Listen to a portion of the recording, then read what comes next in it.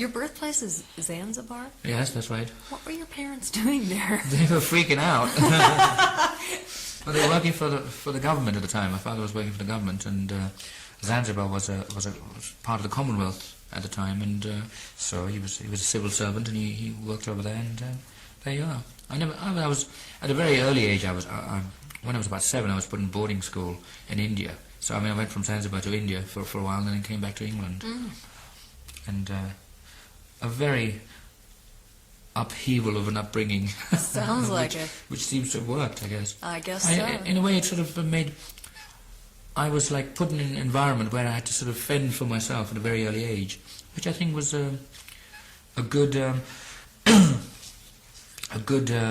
what would you call it? A good... I got a very good grasp of how to be responsible at a very early age, and I think that's why it's made me into such a fiend.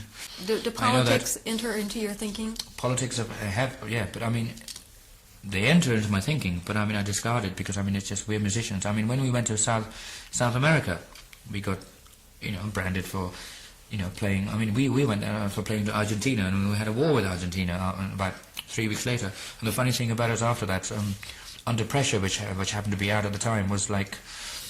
It happened to be #1 in England, and the funny thing is that the stations in Argentina were playing it as well for the forces. It was actually in the BBC News. It was quite outrageous. It just goes to show that we actually didn't.